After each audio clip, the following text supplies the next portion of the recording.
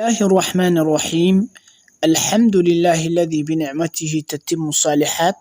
أما بعد، أولا السلام عليكم ورحمة الله وبركاته. سلام كديب الله سبحانه وتعالى يا مهد إسكاله ولا ليال ملول بقى جوجتان واد ما سنتهين بإذن الله يهي ولا ليال وحد كسر دواتان معهد نور الإسلام للعلوم العربية وحن إذن الله يهي اسكسر نقط وناكسن بإذن الله يهي ملول بقى جوجتان. maanta waxaan qaadanaynaa maadada xiwaarka ayaan qaadanaynaa. Horaan waxaan kaga soo hadalnay alxiwaaru saadis. Maanta waxaan qaadanaynaa alxiwaaru saabic. Sida aad la socotaan casharadeenna waa taxano weeyaan, waa silsilaad weeyaan. Marka insha Allah waxaan idin leeyahay ka faa'iideysi wacan baa idin leeyahay.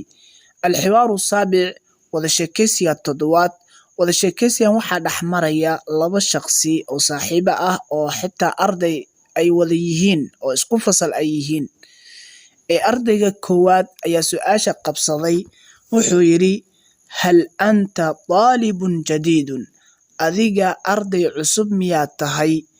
Ardayga kale saaxiibkiisa ayaa kaga warceliyay, wuxuu yiri nacam haa ana talibun jadidun, ani waxaan ahay arday cusub. Midka kale ayaa su'aasha qabsaday, wuxuu yiri ماذا تتعلم؟ maxaad barataa? midka kale ayaa kaga warceliyay, wuxuu yiri أتعلم اللغة العربية, waxaan bartaa luqadda carabiga. midka kale ayaa su'aasha qabsaday, wuxuu yiri من أين تتعلم اللغة العربية, halkee luqadda carabiga aad ka barataa? midka kale ayaa kaga warceliyay, wuxuu yiri أتعلم اللغة العربية, luqadda carabiga waxaan ka bartaa من معهد ابن عمر, معهدك ابن عمر ayaan ka bartaa luqadda carabiga.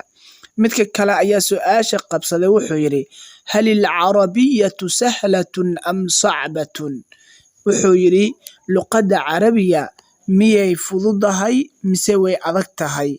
midka kale ayaa kaga warceliyay, wuxuu yiri هي luqadda carabiga سهلة جدا, aad bay u fududahay.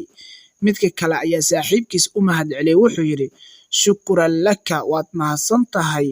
midka kale ayaa saaxiibkiis u mahadceliyay, wuxuu yiri walaka aydan, sidoo kale adigana waad mahadsan tahay.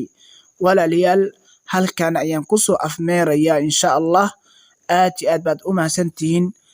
walaal waxaan kaa codsanayaa fadlan haddii adiga aad ku cusub tahay subscribe dheh, like noo saar insha Allah.